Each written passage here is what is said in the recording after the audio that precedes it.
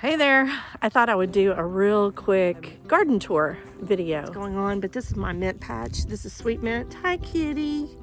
Every time I video, she wants to be in. There's a little bit of lemon balm mixed in here too, but it's all going pretty good right here. And then over there we have peppermint. We have Dusty Miller. We've got a lot of salvia that's just all cut back right now. Hi there, kitty. We've got a lot of pansies and Dusty Miller, a lot of cilantro coming up right there. We need to cut back these mums, and there's a lot of new growth down under here, so we'll just cut this down to right there. These are some mums that bought from the store, decorated the porch in the fall. This was last year, and they just keep growing back. We've got some chives in the pots right there, some more mums that need to be cut back. More onions, Dusty Miller. This is a spot where I'm going to be planting a bunch of stuff into pretty soon.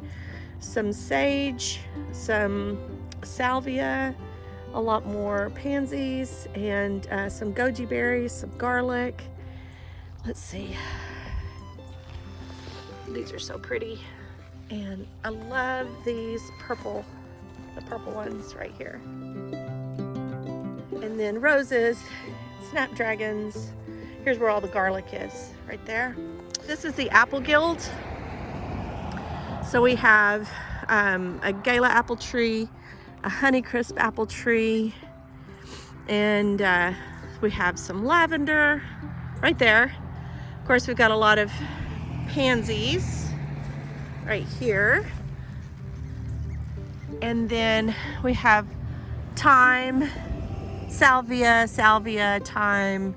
And this little trellis, I'll be growing up some things on that, like some either sugar snap peas or some kind of probably pea or bean. And then we have some irises over here, some camellia, more snapdragons, more lavender. This is where I had my big watermelon plant growing in here, my sugar baby watermelons. Oh, here's the horseradish. So this is what it looks like after a freeze. But it'll just stay in the ground and it'll just keep coming back. We do have some potatoes planted all along the border here as well.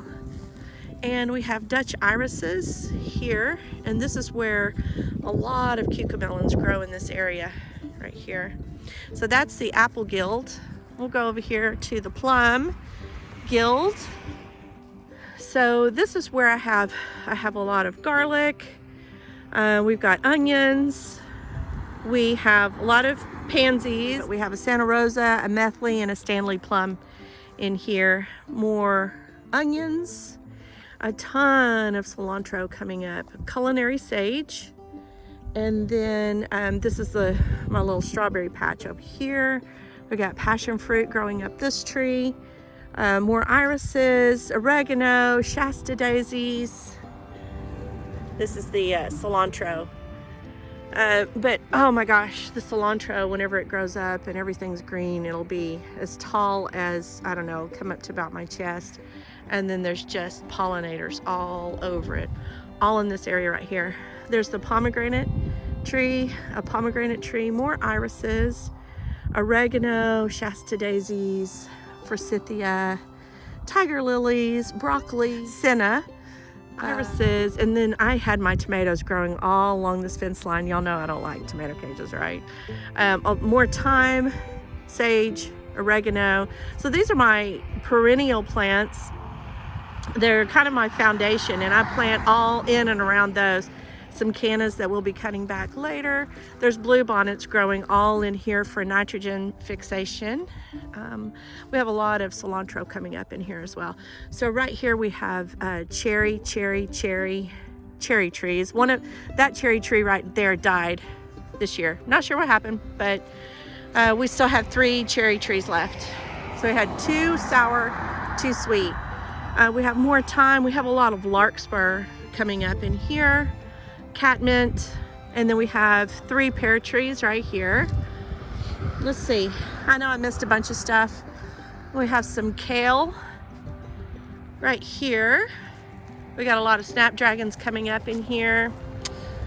The kale is so pretty and healthy. We've had a lot of freezing weather. It just didn't phase it at all. More senna. Snapdragons, it's my favorite. It's my absolute favorite flower. Love it. It's been taking all the snow and the cold weather like a champ. The snapdragons are really kind of making a resurgence from the bottom, and we've been collecting seeds like crazy. In here we have daylilies, we've got artichokes, and then over in this bed over here we have a lot of artichokes, cilantro, larkspur, broccoli, cactus. We've got these trellises here that we'll be growing things like pole beans and sugar snap peas or snow peas. Let's see, more cilantro. This is where I had a lot of my roselle hibiscus growing. So pretty.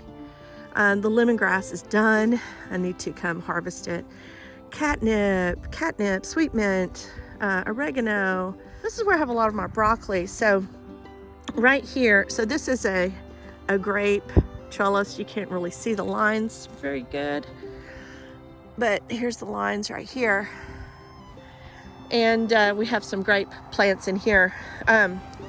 But the broccoli, this broccoli is almost a year old. I planted it in February of last year, and I kept it around because I haven't seen any aphids, and I like to eat the leaves. The leaves are good, either sauteed or cut fresh. But what I did with the garlic is I just kind of went this way, and then that way, and then that way, and then that way, kind of all the way down. And what I am doing too is letting a lot of this broccoli go to flower as well. So I'm letting it go ahead. It's gone to flower. We still have pollinators out, even though we've had some cold weather, and I'll be collecting the seeds, but still getting a lot more broccoli as well. So onions, arugula, but this broccoli right here is still good to eat right here. I'm trying to decide if I'm gonna let it all go to seed, because we don't really have to have it right now. But the deer have been coming in and eating on this arugula. They love the arugula. I don't know why. I'm not a big fan of arugula. This is where I planted a lot of the tomato plants, and I just kind of let them grow sideways instead of up. They were growing this way. This is Hugelkultur. I call this one Hugelkultur. So this year, or last year, I started planting some perennials in there. I had always been starting from scratch every single year, and I use this super duper tomato. I call it my super duper tomato trellis, but it's just a big trellis. And I grow up, like last year I grew up loofah sponges, birdhouse gourds. The year before that it was tomatoes and cucumbers. So I use that to grow up. And so here we have oregano kind of outlining a path. It kind of creates a parterre, and we're just gonna have to make sure it doesn't crowd the path. So when we harvest, we'll harvest from the inside for sure first. We have sweet mint, peppermint, salvia, forget-me-nots, snapdragons, and then in here on these little trellises, a friend of mine gave me these. We had some tomatoes actually growing on here as well, on this little thing, and then we've got another one over there. But we also had corn growing in here this past year. So we had just, the corn was kind of going this way. It made kind of a cool pattern. I have grown a lot of sunflowers in here before, so I didn't have enough space, so I actually used, there's a little fence. This is kind of the dog's run right here, that when we have company and stuff, we'll put him in here. He's a big dog, and he just licks them to death. So I did put a lot of compost down here along there, and I grew cucumbers along this fence. The plan this year, okay, so that's Hugelkultur right there. This is Ace's little yard right here. We were talking about doing an archway or a trellis that grows over, so we would be able to grow up things that need a vine that need to grow vertically, where we can just walk underneath and pick. I've always wanted one of those, and I've never had one. And then I have another place. Let me show you. This area right here, we're gonna move this stake over and make more of a straight line, and then do another archway trellis. We do a lot of establishment guilds or food forests building in around the peach tree area. We have kale, we have snapdragons, we have salvia, we have peppers, we have melons. I'm trying to remember what all we had in there. So I guess I'll go ahead and show you Hugel 1. So we've talked about the Hugelkultur beds before, but this is Hugel 1 and what it looks like right now in the month of January. So not much. We did a lot of bulb planting of some flowers.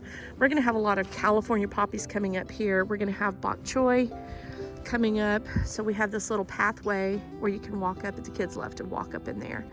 And we'll have bok choy lining this little path right here. We also have a lot of salvia in here and rosemary. Okay, so this is gonna be just kind of surrounded, the whole thing all the way around it is gonna be bare naked ladies. And I've grown corn in here. I've grown sunflowers, like the giant sunflowers in here. I've grown cucumbers in here. A lot of cucamelons just kind of grow naturally on their own in here. This bed, it really only has a few perennials. We've got the salvia, the rosemary, and now we have I don't have a lot of oregano. This is one place I don't have oregano, but now we're gonna have the border all the way around with the bare naked ladies, which will only come up during a certain time of the year. But the California poppies will come back year after year, but just because they're good self-seeders. So, what else? I've grown a lot of romaine lettuce in here, and spinach in here, and radishes in here. So I think that's about it. But these are the pecan trees right here behind me too. So, all right, I think that's gonna do it for this one. It's keeping it real, you know. It doesn't always look the way it does on Pinterest. Nobody really wants to ever show you what it looks like when it's not like perfect. When it's perfect, everybody runs out and grabs a picture and pretends. I don't think they pretend like that, but they kind of insinuate by omission that it looks like that all the time. And it really is, the stars are aligned and it looks like that for a fleeting moment. So, all right, that's gonna do it for this one. Talk to you guys later. Bye for now.